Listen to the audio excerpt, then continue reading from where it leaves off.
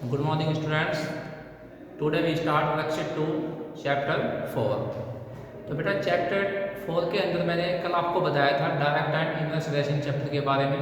तो मैंने वहाँ पे आपको बताया था कि डायरेक्ट वेरिएशन के अंदर जो टू क्वांटिटीज़ है अगर इंक्रीजेज है या डिक्रीजेज है तब तो आपके पास में है डायरेक्ट वेरिएशन, ठीक है। और अगर एक क्वांटिटी इंक्रीजेज है और सेकंड है वो डिक्रीजेज है, ठीक है, तो वहाँ पर क्या है इनवर्स वेरिएशन। तो डायरेक्ट एंड इनवर्स वेरिएशंस के अंदर आपको सिर्फ ये दो डिफरेंस है, वो अगर आपको पता लग गए तो आप इसके क्वेश्चन है वो इजीली फाइंड आउट कर सकते हैं, ठीक है। अगर मान लो आपने किसी क्वेश्चन में है तो वो डायरेक्ट वेरिएशन का और वहाँ पर मेथड है वो इनवर्स वेरिएशन का लगा दिया, ठीक है, तो आपका क्वेश्चन है वो रॉन्ग हो जाएगा। तो इस पूरे चैप्टर में सिर्फ ये दो ही बातें आपको समझनी है कि क्वांटिटी है वो इंक्रीजेज हो रही है या डिक्रीजेज हो रही है, ठीक है। चलो अब हम अपनी सेकंड वर्कशीट स्टार्ट करते हैं।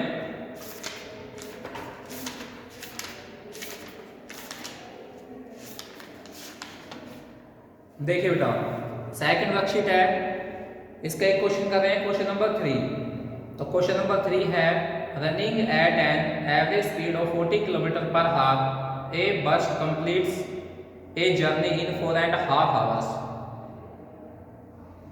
Average speed 40 kilometre per our की स्पीड से एक बस है वो 4.5 आवर्स में अपनी जर्नी है वो कंप्लीट करती है।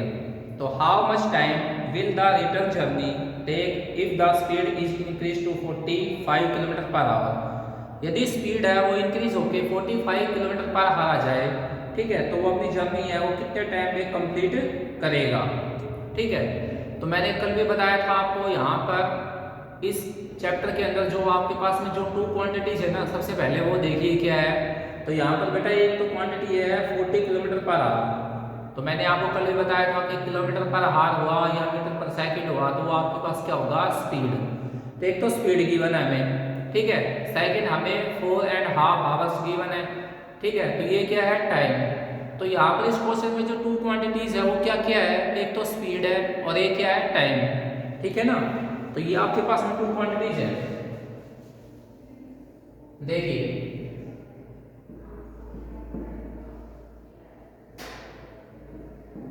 Worksheet 2 chapter 4। तो क्वेश्चन नंबर 3 कर रहे हैं इसका। तो क्वेश्चन नंबर 3 है उसके अंदर क्या क्या क्वांटिटीज है आपके पास, एक तो स्पीड है और एक है टाइम है, ठीक है। तो इसकी हम सबसे पहले टेबल बना देते हैं। आपके पास में स्पीड है बोलिए किसमें है, किलोमीटर पर आवर में। स्पीड किसमें है, किलोमीटर पर आवर में। और सेकंड जो आपके पास में टाइम है वो किसमें है, टाइम है आपके पास में आवर्स में, ठीक है ना। तो स्पीड और टाइम आपके पास गिवन। तो जब उसकी स्पीड है वो 40 किलोमीटर पर आवर है तो उसका टाइम है वो है 4.5 आवर, 4.5 आवर।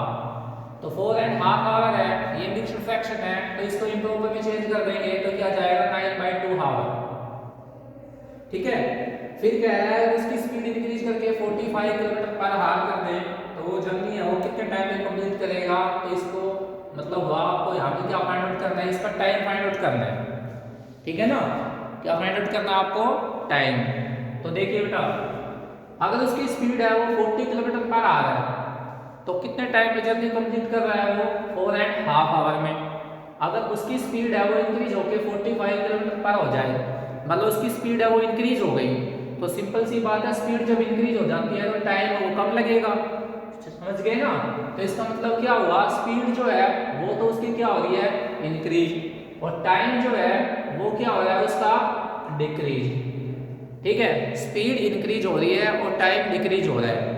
और मैंने आपको लास्ट टाइम बताया भी था कि स्पीड और टाइम के अंदर किस टाइप का वेरिएशन होता है, इनवर्स वेरिएशन, ठीक है।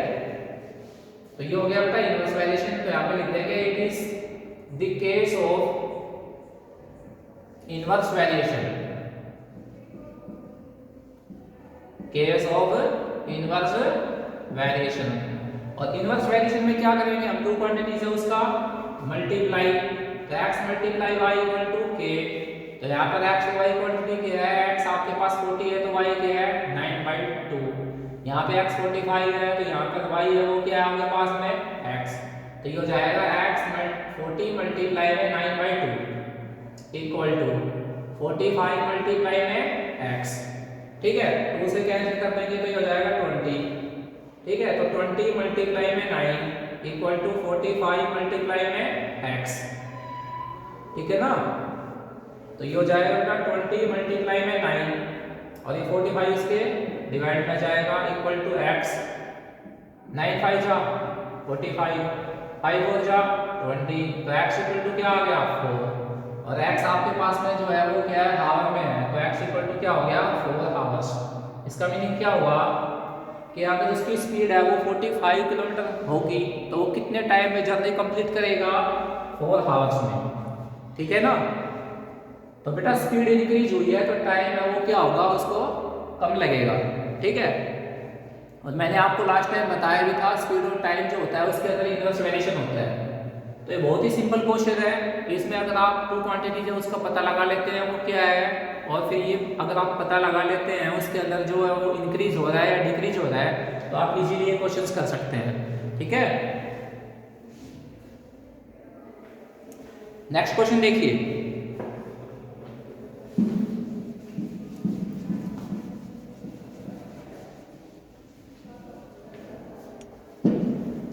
नेक्स्ट क्वेश्चन करते हैं इस तरह हम।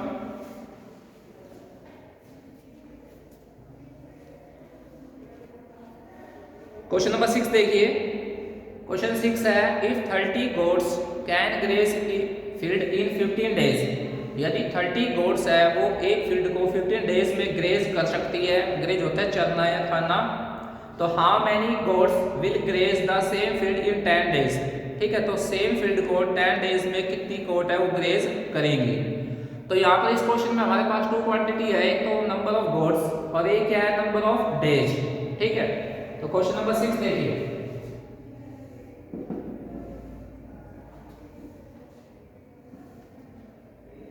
यहाँ पे बेटा एक तो नंबर ऑफ गोट्स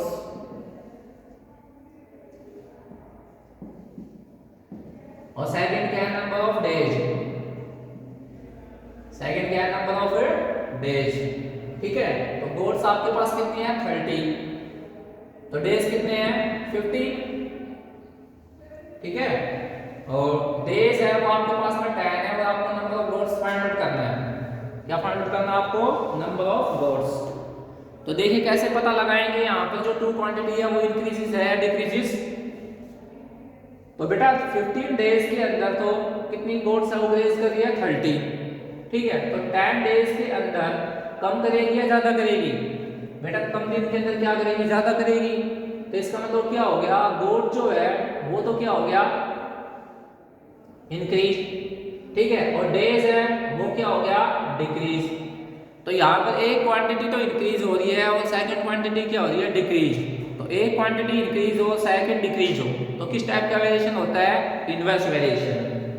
तो फिर आप लिख देंगे it is the case of, it is the case of inverse variation,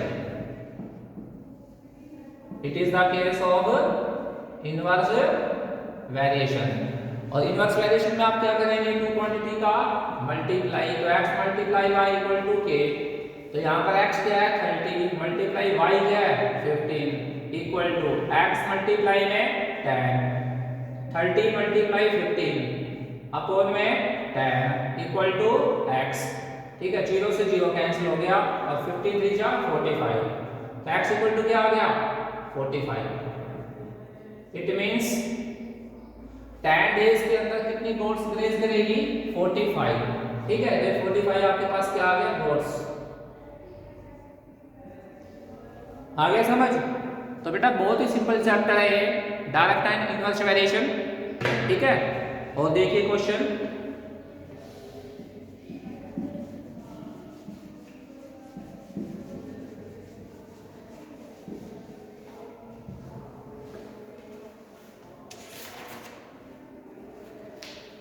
एक क्वेश्चन देखिए बेटा, इसमें क्वेश्चन नंबर 7, ये इंपॉर्टेंट क्वेश्चन है। A contract with A workforce of 420 man can complete A work of construction of A building in 9 months. एक contractor 420 man के workforce के साथ एक बिल्डिंग के कंस्ट्रक्शन का वर्क है वो 9 मंथ में कंप्लीट कर सकता है। Due to request by the owner, लेकिन ओनर की रिक्वेस्ट पे ही was asked to complete the job in 7 months, लेकिन ओनर की रिक्वेस्ट पे उसे वर्क है वो 7 मंथ में कंप्लीट करने के लिए कहा गया है। तो how many extra man he must employ to complete the job, तो उसे कितने एक्स्ट्रा मैन है वो जॉब पर रखने चाहिए। ठीक है, तो यहाँ पर हमारे पास क्वेश्चन में एक तो क्वांटिटीज है मैन और एक क्या है मंथ्स। ठीक है, क्वेश्चन नंबर 7। तो क्वेश्चन नंबर 7 में एक क्वांटिटी तो है आपके पास में, बोलिए क्या है, नंबर ऑफ मैन,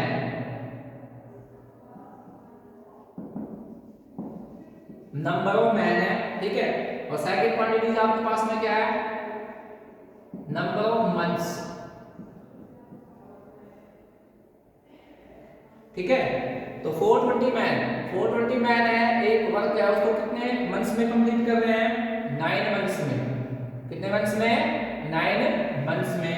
लेकिन ओनर की रिक्वेस्ट पे उस वर्क को 7 मंथ्स में कंप्लीट करने के लिए कहा गया है। कितने मंथ्स में, 7 मंथ्स में।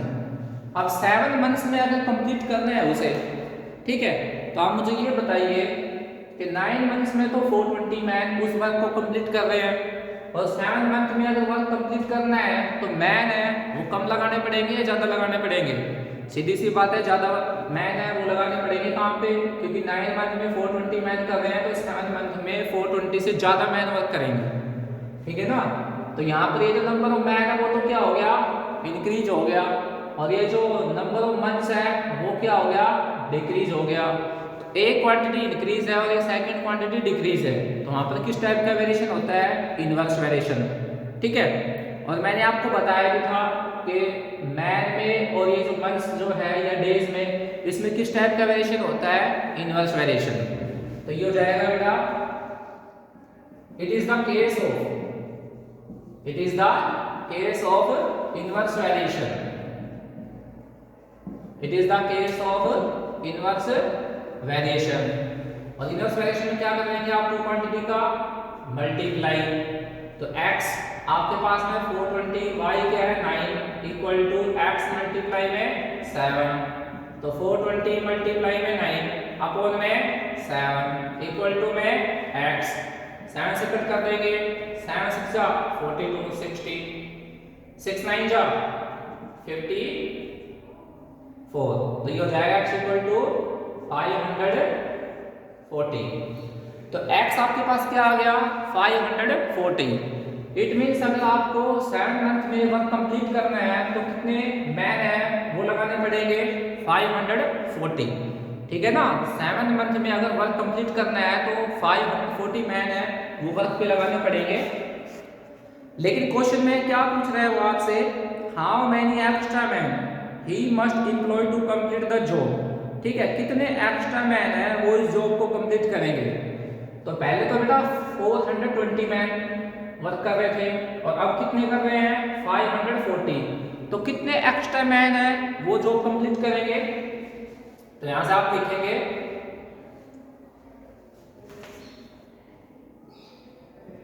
540 माइनस में 420 equal to 120,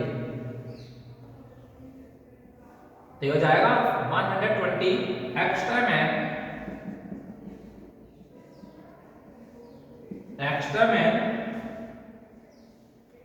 he must employ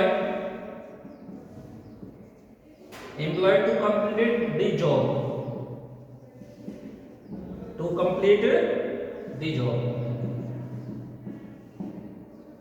ठीक है ना। तो 120 मैन है ना उसको एक्स्ट्रा लगाने पड़ेंगे जॉब को कंप्लीट करने के लिए।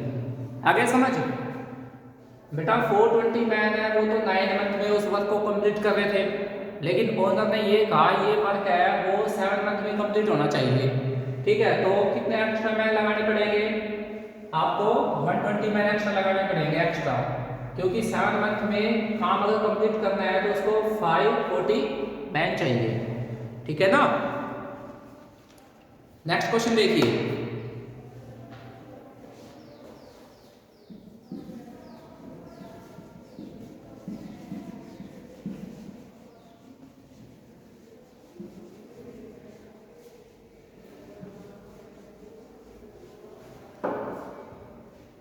नेक्स्ट क्वेश्चन है बेटा क्वेश्चन नंबर 9 देखिए। A shopkeeper has enough money to buy 40 books. एक शॉपकीपर के पास 40 बुक्स खरीदने के लिए एनफ मनी है। Each costing rupees 125। Each book की कॉस्टिंग कितनी है? 125 rupees. How many books he can buy if he gets a discount of 25 rupees on each book. यदि उसे ईच बुक पे 25 रुपीज का डिस्काउंट मिले तो कितनी बुक्स है वो खरीद सकेगा। तो यहाँ पे हमारे पास में 2 क्वांटिटीज क्या है, एक तो नंबर ऑफ बुक्स है, ठीक है, और एक है cost of each book. Each book की कॉस्ट है वो कितनी है? 125। तो क्वेश्चन नंबर 9 देखिए। क्वेश्चन नंबर 9 में हमारे पास में क्या है? 2 क्वांटिटीज। एक तो है नंबर ऑफ बुक्स। एक क्वांटिटी तो क्या है? Number of books. और सेकंड क्वांटिटी क्या है? Cost of each book. Cost of each book. ये दो क्वांटिटी है आपके पास में, ठीक है। तो 40 बुक्स है, तब तो उसके पास में क्या है? ईच बुक की जो कॉस्ट है वो कितनी है? 125 रुपीज। और कॉस्ट किस में है? रुपीज में है, 125 है, ठीक है। लेकिन फिर आगे क्या कह रहा है? अगर 1 बुक पे उसे 25% का डिस्काउंट मिले तो वो कितनी बुक खरीद सकता है? तो 1 बुक पे अगर उसको 25 का डिस्काउंट मिले तो इसका मीनिंग क्या हुआ बेटा? इसका मीनिंग ये हुआ, पहले जब एक बुक के प्राइस 125 थे तब तो वो 40 बुक परचेज कर रहा था, और अगर उसको 1 बुक पे 25 का डिस्काउंट मिले, इसका मतलब क्या हुआ कि जब बुक है वो 100 रुपए की आएगी तो वो कितनी बुक्स है वो परचेज कर सकेगा, ठीक है ना। ये आपको फाइंड आउट करना है। देखो मैंने 25 क्यों माइनस किया यहाँ पे? क्योंकि उसे 25 का डिस्काउंट मिला है। तो पहले तो 125 है उसका प्राइस, तो उसने 40 बुक्स परचेज की थी। अब 25 का उसको डिस्काउंट मिल गया तो एक बुक है उसका प्राइस कितना हो गया? 100। तो 100 इसका प्राइस हो गया तो कितनी बुक्स है वो परचेज करेगा, ये आपको फाइंड आउट करना है, ठीक है। तो देखिए यहाँ पर किस टाइप का वेरिएशन है वो हम कैसे पता लगाएंगे। 125 1 बुक का प्राइस है तो 40 बुक परचेज कर रहा है, और अगर बुक का प्राइस है वो 100 हो जाएगा तो वो 40 से कम बुक परचेज करेगा या ज़्यादा करेगा? सिंपल सी बात है, अगर प्राइस कम रहेगा तो ज़्यादा बुक परचेज करेगा, और अगर प्राइस ज़्यादा रहेगा तो कम बुक परचेज करेगा, ठीक है ना। तो ये आपके पास में जो कॉस्ट ऑफ ईच बुक है वो तो क्या हो गया भाई? डिक्रीज, ठीक है। और ये नंबर ऑफ बुक्स है वो क्या हो गया? इंक्रीज। तो यहाँ पर एक क्वांटिटी इंक्रीज हो गई और सेकंड डिक्रीज हो गई। तो बोलिए किस टाइप का वेरिएशन हुआ? Inverse variation. तो लिख देंगे आप, it is the case of inverse variation. It is the case of inverse variation. और क्या करेंगे आप इनवर्स वेरिएशन में? मल्टीप्लाई, ठीक है। तो 40 मल्टीप्लाई क्या हो जाएगा? 125 इक्वल टू x मल्टीप्लाई क्या हो जाएगा? 100। तो 40 मल्टीप्लाई में 125 अपॉन में 100 इक्वल टू में क्या है? x, ठीक है। 0 से 0 कैंसिल कर देंगे और इसको 5 से कट करेंगे तो आ जाएगा 5 2 से 10, और इसको 5 से किया तो 5 2 से 10, 5 5 से 25, 2 से कैंसिल किया तो ये 2, ठीक है। तो x इक्वल टू बोलिए कितना आ गया? 50। x इक्वल टू क्या आ गया? 50, और x आपने क्या अलर्ट किया हुआ है? बुक्स। तो x इक्वल टू हो जाएगा 50 बुक्स। तो क्या मीनिंग हुआ भाई इसका? अगर बुक का प्राइस है, बुक का प्राइस कितना हुआ? 100 हुआ, तो 50 बुक्स परचेज कर पाएगा, ठीक है ना। बुक का प्राइस 50 हुआ तो कितने बुक्स परचेज कर पाएगा वो? अगर बुक का प्राइस 100 हुआ तो 50 बुक्स परचेज कर पाएगा, ठीक है। एक क्वेश्चन और करवा देते हैं इसका। Question number 12।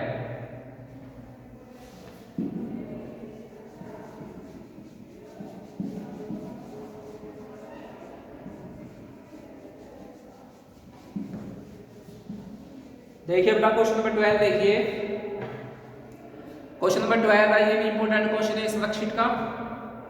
A garrison of 120 man has provision for 30 days. एक गैरिसन में 120 मैन के लिए 30 डेज का प्रोविजन है। गैरिसन होता है बेटा छावनी, ठीक है। और प्रोविजन होता है खाद्य सामग्री। तो एक गैरिसोन के 120 मैन के लिए 30 डेज का प्रोविजन है। At the end of 5 days, 5 days के एंड पर 5 more man joint them, 5 days के एंड पे 5 मैन और ज्वाइंट हो गए। तो how many days can they sustain on the remaining provision, तो रिमेनिंग प्रोविजन है उनके लिए कितने दिन टिक पाएगा, मतलब कि रिमेनिंग प्रोविजन है वो उनके लिए कितने दिन चलेगा, ये आपको फाइंड आउट करना है। ठीक है, तो क्वेश्चन में एक तो आपके पास में क्वांटिटी है नंबर ऑफ मैन और एक क्या है नंबर ऑफ डेज। तो क्वेश्चन नंबर 12 देखिए बेटा, मोस्ट इंपोर्टेंट क्वेश्चन है ये इस वर्कशीट का।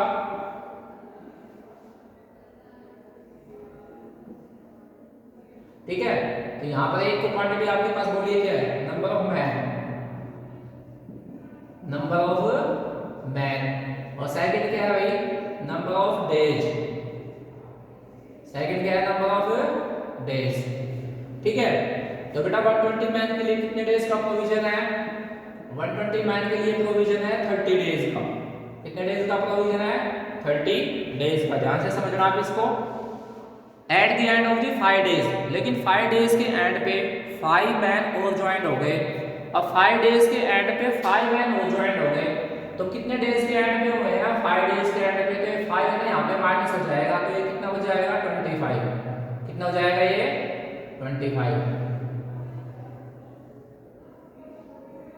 ठीक है, 5 डेज के एंड पे कितने मैन ज्वाइन हुए हैं, 5 मैन और ज्वाइन हुए हैं। तो जितने मैन ज्वाइन हुए हैं ना वो कहां पर आ जाएंगे, नंबर ऑफ मैन में।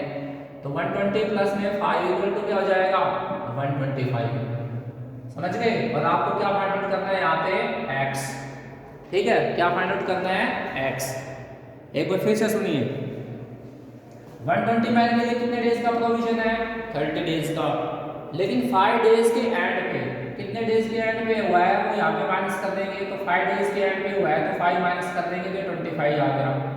जितने मैन और ज्वाइन हुए हैं वो है नंबर ऑफ मैन के अंदर प्लस हो जाएगा। ठीक है, तो ये हो गया 125। तो आपको अब ये निकालना है यहाँ से कि 125 मैन का जो प्रोविजन है ना वो कितने डेज चलेगा। ठीक है बेटा, मैंने आपको बता दिया रखा है कि मैन और डेज या पर्सन ऑफ डेज, इसमें किस टाइप का वेरिएशन होता है, इनवर्स वेरिएशन। तो ये हो जाएगा it is the case of, it is the case of inverse variation, it is the case of inverse variation. और इनवर्स वेरिएशन में क्या करेंगे आप, टू क्वांटिटीज का मल्टीप्लाई, तो x multiply y equal to k। x की वैल्यू बोली क्या है 120, y की वैल्यू क्या है 25 और x की वैल्यू क्या है 125 मल्टीप्लाई में x, 120 मल्टीप्लाई में 25 अपॉन में 125 इक्वल टू में x। 25 से कैंसिल कर देते हैं तो ये आ जाएंगे 5 से कैंसिल कर देंगे तो 5 हो जा 10 और 5 हो जा 20। x इक्वल टू बोलिए क्या आ गया, x इक्वल टू आ गया आपके पास में 24। क्या आ गया x equal to 24। It means 125 man का जो प्रोविजन है ना वो 24 डेज चलेगा। तो यहाँ से अब आप क्या लिख देंगे, क्वेश्चन में फाइंड आउट करवा रहा है आपसे कि how many days can they sustain on the remaining provision. तो आप लिखेंगे यहाँ से 24 days can they sustain on remaining provision, on remaining provision. ठीक है बेटा, तो ये वर्कशीट है उतनी कंप्लीट हो गई है, बहुत ही सिंपल वर्कशीट है। ठीक है, इसको कर लेना। ठीक है, ध्यान से करना बेटा, कोई प्रॉब्लम आए तो कांटेक्ट करना मेरे से।